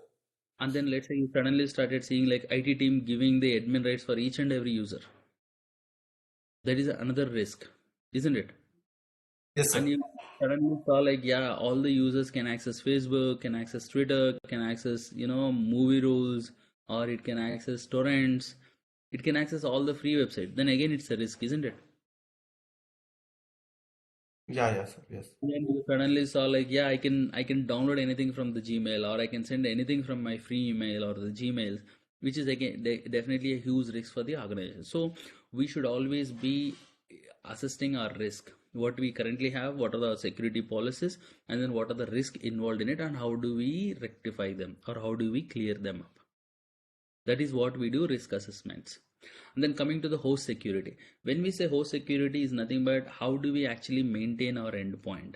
Let's say there is one server, we just brought it and then we just left it working. We haven't installed antivirus, we haven't installed EDR. So if there is any activity or threat activity going on it, will it have any possibility of detection, or will we have any control on it? No, right? That's where host security should be the mandatory for before preparing an incident. And then coming to network security, we should define what actually have to communicate from, what actually not to, what are the VPN that have to connect, what are the other private networks that have to connect, what is the configuration that actually need to be allowed. So this all activity comes as a part of architecture. So defining that network topology and the architecture. And then malware prevention, again, it's again like defining the policies on EDR, what should be prevented and what should be allowed on in an organization. Preparing a LO list, like, hey, these are the software that has to allow. If anything apart from this, something user installing, just delete it. I mean, just detect it and then prevent it. That is how we use the malware prevention. If user definitely need it, then he will reach to the IT team, and then IT team will reach to the security team, and then say like, hey, this is not something that he should be downloading from the internet. Instead, it should be something that has to be downloaded from the internal systems. Got it? And then user awareness and training. This is the most important thing. As I said, users are the most vulnerable units in any organization. So we never know what they're gonna do, and then we can't rely or we can't believe any of the user, because let's say if user downloaded a file from torrents, and then let's say there was a Trojan that has been downloaded along with it. Now let's say as part of incidents, you went to the user and then asked him like, hey, have you downloaded this particular file, because I see a Trojan on your machine. Then he 99% he gonna lie and say like, hey, I don't know, I wasn't aware of it. Because user will always thinking like, if I answer him correctly, it may impact on his payroll, that would impact on his employment. That's why they never ever bring up, or they never ever bring up those topics, or they don't be very loyal for the security teams. So, and the other thing is users, we should be creating the awareness program. We should you may have seen the recent areas like security trainings are made mandatory for each and every user, each and every computer user. So it has been there was a kind of awareness that you have to put in each and every user, so that they should be aware of reporting a phishing email, or they should know what should be the, they should be in a situation to segregate what is the email that they have to respond, or what is the email that they have to send it to the IR team for the response. Got it? Am I clear here? Any questions in the preparation phase? So let me put again, preparation is nothing but it's a phase of documentation. How do we actually deal with an attack? And then it's a phase of making your all the tools ready for if something happens, how do you make it? And then it's a kind of stages where you keep your organization well secured, and then risk free from each and every possible corner of the organization. These three are the major parts in the preparation. Any questions in the preparation? Once again, Yes, sir. quick or faster, please never hesitate to raise your voice. Yeah, please go on. Sir, how they make, sir, disk image of that hacked machine? Actually, this is it. That is a part of forensic team. So they'll let's say if there is any machine that has been, they will go to the IT team. They will connect the external pen drive, and then they collect the entire foreign disk image. Foreign disk image nothing but the operating system. They just screenshot everything, and then they save it here, and then they take that virtual machine, and then they take that particular image, and then they look for all the process that has run, all the connections that it has made, all the activities that happened on the machine. That's a different complete story that they have, that entire digital forensic team would take care of it. Yes, thank you, sir. Yeah. Any questions still here? All right. I'm moving into the next stage or next phase of our discussion is nothing but detection and analysis. Again, as I said, detection is now, let's say now we are ready to face everything or anything that come with an attack, right? Now, how do we actually detect an attack? Now, as I said, there are multiple different type of attacks. The previous slide which I have shown has multiple things. It could be from a external or the removable media, or it could be like attrition, it could be from the web, it could be from the email, it could be an impersonation, it could be an improper usage, it could be a loss or a theft of equipment, it could be of any sort of this attack vector, including with the type of attacks that I have shown, example like DOS, virus, Trojan, malware. It could be of any sort of attack vector. We should be always have our detection mechanism enabled right at the moment. So detection, when it comes to detection, EDR, SIEM, antivirus plays a very major role. Not only them, even the IDS, IPS, all the security tools will play a very major role. But SIEM is the place where we keep our traps ready or the use cases ready. You're getting my point? Yes, sir. So that is what the detection is. So actually detection is nothing but looking for the signs of an incident. When I say sign of an incident, it could be of anything. Like example, let's see, there's a web server that tries to show the usage of a vulnerability scanner. You suddenly saw a web server and it is kind of executing a vulnerability scanner on it, and you see an announcement of a new exploit that triggers vulnerability in the organization mail server, a threat that comes from a group stating that group will attack the organization. Now example, you may have seen this a lot in the Russian Ukrainian war.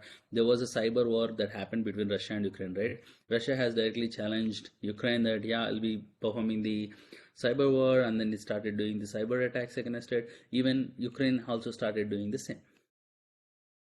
Or it could be a network intrusion defender sensor alert. I mean, this is nothing but IDS and IPS alert. Or it could be an antivirus alert. It could be suddenly a system administrator see a file name with unusual characters. Like example, let's say there was a file that has been executed with the administrator privilege, and that process name or the file name has unusual. When we say unusual characters, it's like unreadable format.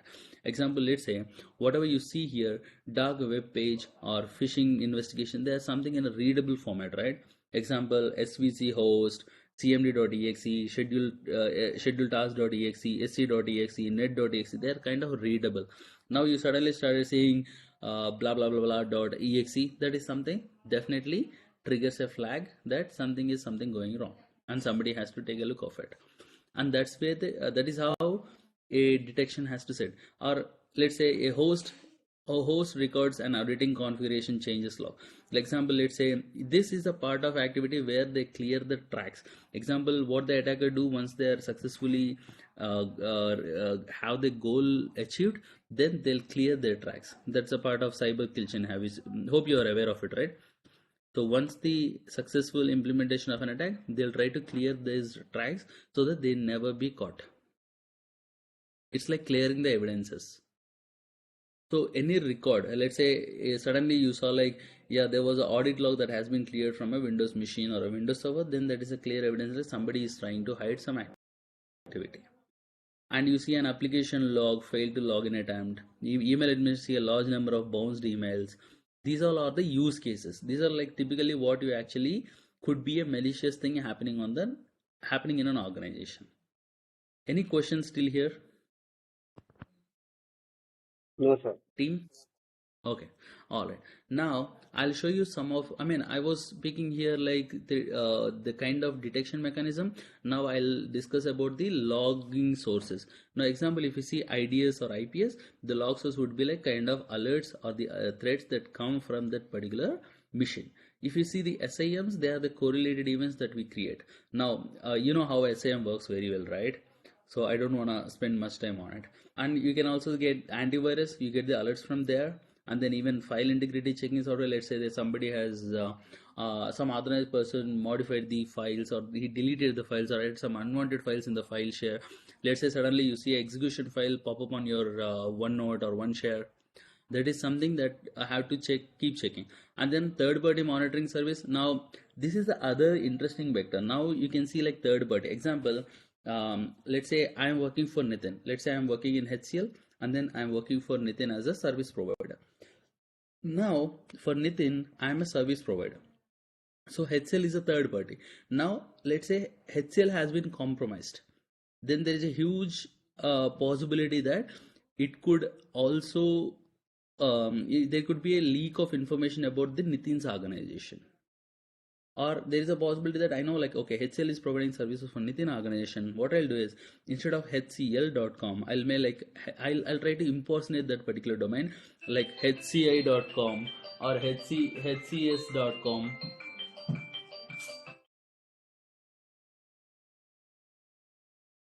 So that I don't know who left this phone on my desk. Let me switch it off.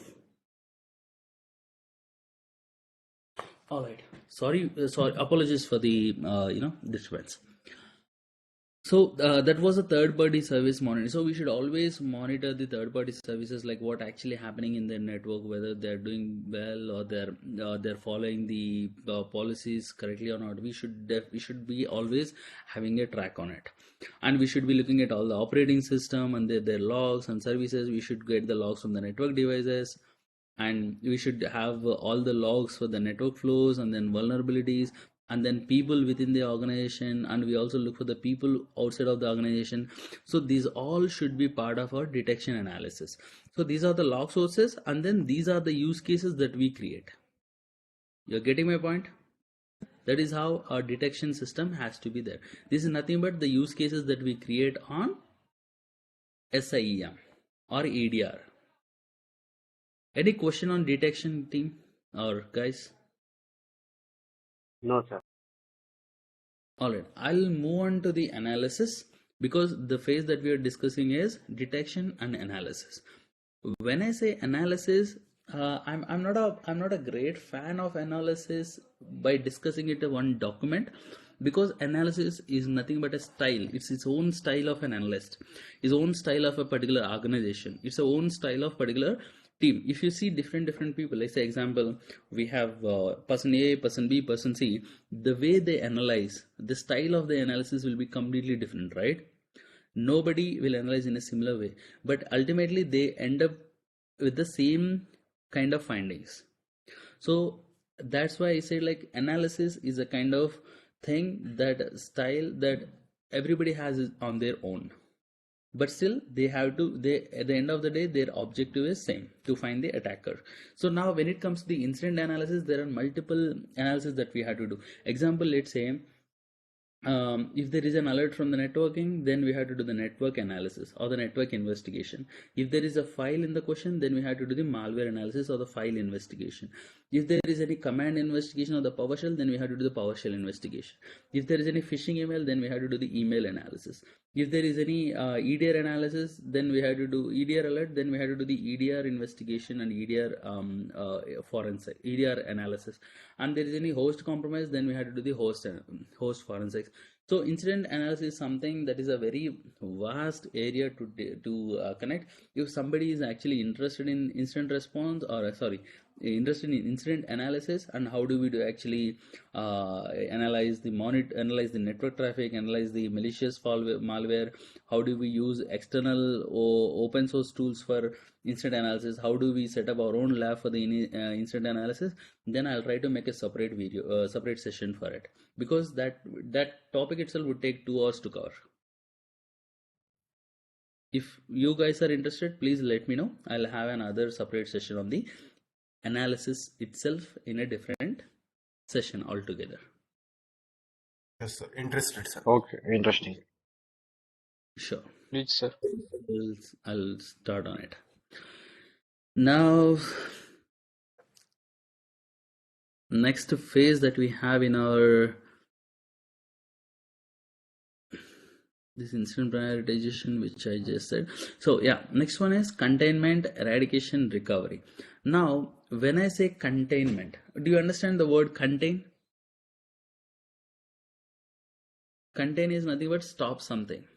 It's like You contain is like stopping somewhere right at the position.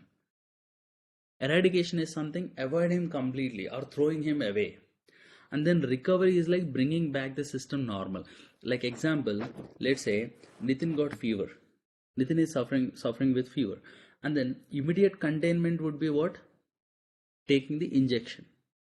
Right? He go to a doctor and then he get himself diagnosed and then he get some instant medicine or those injections where he get the instant relief from the fever. That is like you are immediately stopping that particular fever.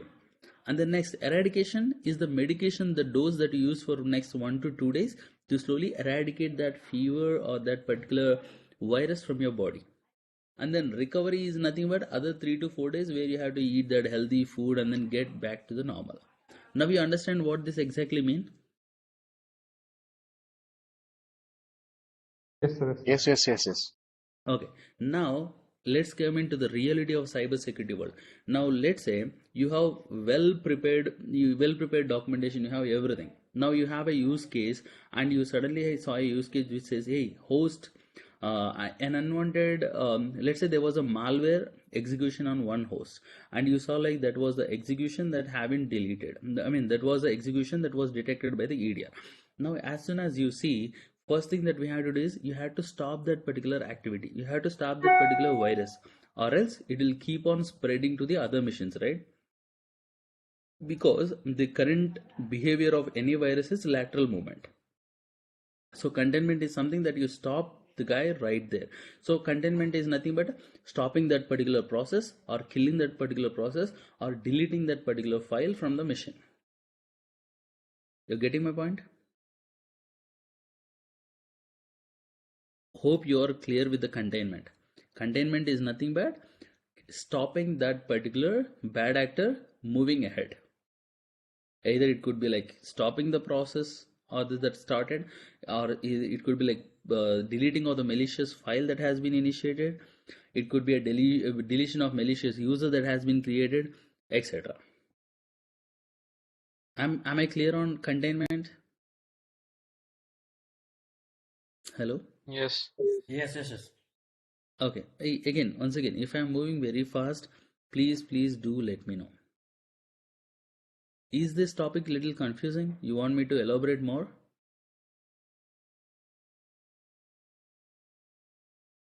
Hope you all are with me. Yes, sir. Yes. Yeah.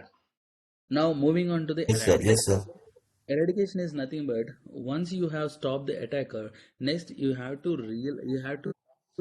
understand the reason for it. Now let's say there was an email vector or the email that has been sent out by a malicious domain or the malicious threat actor to hundreds of the people, but there was only execution happened on one machine, and that what where you got, because just because you have detected one machine and then you have stopped it successfully, it doesn't mean that you have thrown out the entire attacker, right? Because user has sent out an email with the same payload to 100 plus people, out of which only one user has been clicked on it, but day after that or an hour after that there is a huge possibility that any of these 100 people could possibly open the file or open the email, right? So the eradication is nothing but identifying the actual root cause of this particular threat activity, from where it has been started, who all the users that has been impacted, who all the users that are at risk, who all the users who actually clicked on it, what all the missions that has been involved in this particular activity, and then what are the indicators that we have, and what is this particular soft voice, I mean, what do you say, that malwares that has been executed, and then do you have any other machine who has that particular malware on it, finding all this and then completely removing out all those clearing out all those virus files from a machine or sanitizing the organization is a process that we call eradication. Did you get my point? Yes, sir. Now recovery. Now example, let's say you have a machine which we say like Nitin machine got infected with ransomware, and during the initial phase, let's say it is while it is like trying to delete the shadow copies, then an alert has been come to SOC team, and then that eventually moved to IR team. Let's say I'm working as an IR analyst, then I suddenly saw like, hey, this is something abnormal. The first thing that I'm gonna do is I'm gonna contain his machine. I'm gonna isolate his machine. Like isolation is nothing but I'll use EDR tool to isolate his machine, and then that isolation will ensure that this particular machine will not speak with the internet or internet. It only communicate with me. When I say with me, with the EDR console. That is what it's isolation. I mean, isolation is a very familiar word that Corona has given. I mean, COVID has given us, or COVID has taught us, right? Isolation is nothing but keeping him or keeping that particular impacted machine away from Separate. away from other machines. The only access that will have only for that particular patient.